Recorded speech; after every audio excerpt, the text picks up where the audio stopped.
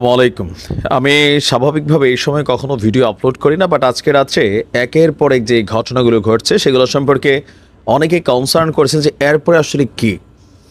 দর্শক, একদিকে এই মুহূর্তে আমি যখন নিউজটি করছি, বুলডোজার ঢুকেছে ধানমন্ডি ৩২-এ। বঙ্গবন্ধুর স্মৃতি বিজড়িত সেই বাড়িকে গড়িয়ে দেওয়ার সর্বোচ্চ চেষ্টা চলছে।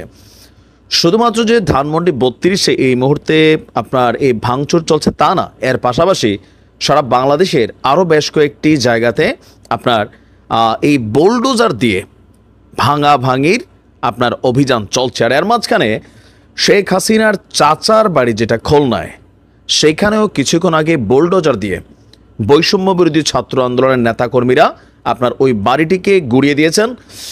আর এর পাশাপাশি আওয়ামী লীগের একজন ঊর্ধ্বতন নেতা ছিলেন মাহবুব আলম হানিফ সাহেব, ওনার বাড়িও ভাঙা হচ্ছে। এর পাশাপাশি সুধা সদনেও শেখ হাসিনার সম্ভবত বাসভবন ছিল এর আগে, সেইখানেও আপনার সম্ভবত অভিযান চলছে। তো আমরা খুলনা থেকে শুরু করি।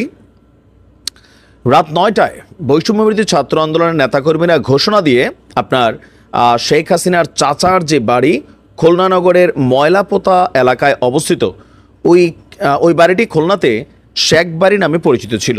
ওই বাড়িতে শেখ হাসিনার চাচাতো ভাই সাবেক সংসদ সদস্য শেখ হেলাল উদ্দিন, শেখ শহীল উদ্দিন সহ আরও কয়েক ভাই থাকতেন। ওই বাড়ি থেকে মূলত পদ্মার এপারের আওয়ামী লীগের রাজনীতি নিয়ন্ত্রিত হতো। গত 4ই আগস্ট প্রথম দফায় বাড়িটিতে আগুন ধরিয়ে দিয়েছিল সেদিন ছাত্র জনতা। সেদিন বাড়িতে কেউ ছিল না।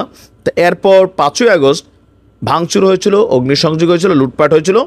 এরপর এই মুহূর্তে যখন আজকে ভাঙচুর করা হচ্ছে, সেখানে দৃশ্যত কেউ বসবাস করছেন না, তবে ক্ষোভের উত্তাল আমরা সেখানেও দেখছি। দ্বিতীয় হচ্ছে, আমরা যদি দেখি আপনার বুলডোজার দিয়ে মানে সারা বাংলাদেশে বুলডোজারের খেলা চলছে। কুষ্টিয়ায় আওয়ামী লীগের যুগ্ম সাধারণ সম্পাদক এবং কুষ্টিয়া 3 সদর আসনের সাবেক সংসদ সদস্য মাহবুবুল হানিফের যেই বাড়ি আছে সেখানে বুলডোজার দিয়ে গুড়িয়ে দেওয়া হচ্ছে। রাত 10টার দিক থেকে আমরা দেখেছি সেখানে আপনার ব্যাপক অভিযান চালাচ্ছে বৈষম্য বিরোধী ছাত্র আন্দোলনের ছাত্র এবং জনতারা।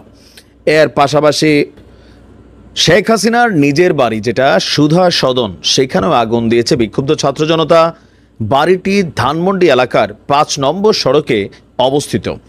রাত 11:15 দিকে মানে ধানমন্ডি 32-এ মোটামুটি কর্মযজ্ঞ একদল চালাচ্ছেন, আরেক দল চলে গেছে সোজা সুধা সদন এরিয়াতে। সেখানে রাত 11:15 দিকে ভবনটিতে আগুন দেওয়া হয়েছে। আর এই বাড়িটিও 5ই আগস্টের পর থেকে খালি ছিল, কিন্তু বিক্ষুব্ধ শিক্ষার্থীদের বক্তব্য হচ্ছে যে হত্যার সাথে জড়িত ফ্যাসিবাদের কোনো চিহ্ন বাংলাদেশের মাটিতে রাখতে চায় না। এছাড়াও বিভিন্ন জায়গায় শেখ মুজিবের মোরাল, এর পাশাপাশি বিভিন্ন ইউনিভার্সিটিতেও আপনার বেশ কিছু ঘটনা এই মুহূর্তে ঘটছে। 5ই আগস্ট আর আজকে হচ্ছে 5ই ফেব্রুয়ারি, 6 মাস মনে হলো নাকি? August, September, October, November, December, জি 5 তারিখ। কেন 5 তারিখে বেছে নেওয়া হলো?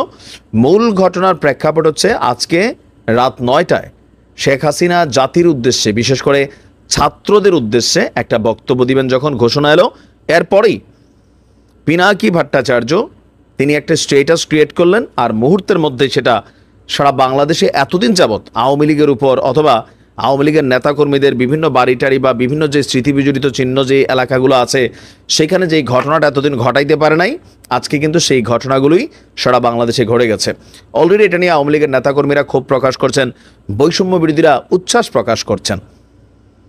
সকাল পর্যন্ত আরও কী ঘটে, নিশ্চয়ই সারা রাত অনেকে ঘুমাননি। যে সারা বাংলাদেশে আসলে গতকালকে রাতে মানে আমি যখন নিউজটা পাবলিশ করছি এই সময়টুকু পর্যন্ত কি ঘটে গেল।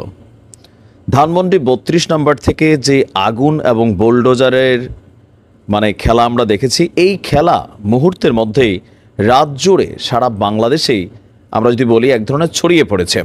তো চলুন দেখি খুবই শর্টলি সারা বাংলাদেশের কোথায় সবচেয়ে গুরুত্বপূর্ণ ঘটনাগুলো ঘটেছে। আমির হোসেন আমো একসময়ের প্রভাবশালী একজন নেতা। তো গতকালকে এই বুলডোজার বরিশালে আমুর যেই বাড়ি আছে সেই বাড়িতেও এই বুলডোজার পৌঁছেছে, গুড়িয়ে দিচ্ছে। আমি যখন নিউজটা করছি তখন এই মুহূর্তে গুড়িয়ে দেওয়া হচ্ছে, বাট আপনারা যখন নিউজটা শুনবেন সম্ভবত ততক্ষণে গুড়িয়ে দেওয়া হয়েছে আমির হোসেন আমুর বাড়ি। তারপর আপনার বেরোবি যে বিশ্ববিদ্যালয় আছে সেখানে বঙ্গবন্ধু শেখ মুজিবের যে মোরাল আছে সেখানেও বুলডোজার আমরা দেখছি চলছে, সেই মোরালকেও ভেঙে দেওয়া হয়েছে। এর পাশাপাশি পিরোজপুরে আওয়ামী লীগের যিনি সভাপতি আছেন আওয়াল, তার বাড়িতেও বিক্ষুব্ধ ছাত্র জনতা সেখানে আগুন ধরিয়ে দিয়েছে। এরপর আছে একসময়ের তুখুর ছাত্রনেতা বঙ্গবন্ধুর সহযোগী তোফায়েল আহমেদের যে বাসভবন আছে ভোলাতে, সেখানেও বিক্ষুব্ধ ছাত্র জনতা আগুন দিয়েছে, তবে বুলডোজার সম্ভবত সেখানে ঢুকে নাই। এরপর আপনার কারমাইকেল কলেজ, সেখানেও শেখ পরিবারের নামে যে সকল স্থাপনা আছে সকল কিছু ছাত্র জনতারা মিলে উচ্ছেদ করে দিয়েছে।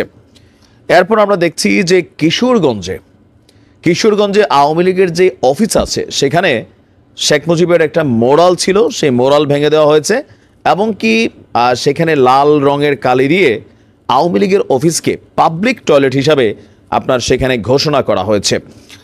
তারপর আমরা দেখছি যে সাতক্ষীরায় শেখ মুজিবের যে মোরাল ছিল সেই মোরাল ভাঙচুর করে গুড়িয়ে দেওয়া হয়েছে।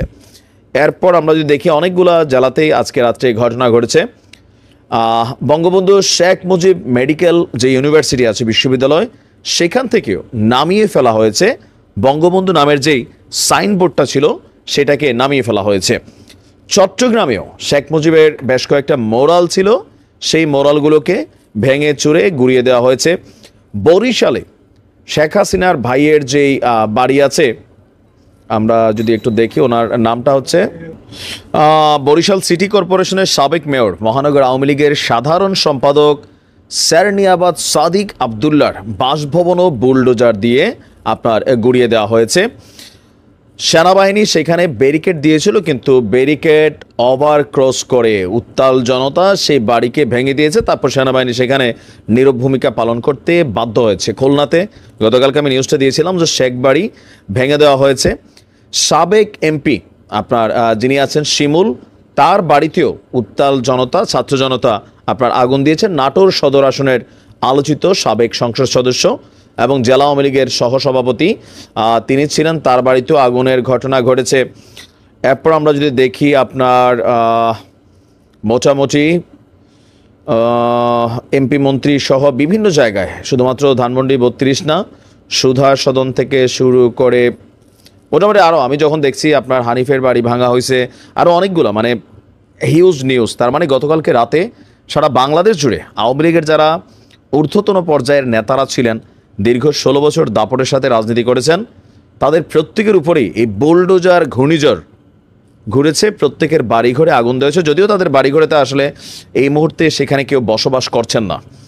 তো আজকে সারাদিন জুড়ে আরও অনেক কিছু ঘটবে, আশা করি আপনাদেরকে সেই আপডেটগুলো আমি কন্টিনিউ দিতে থাকবো।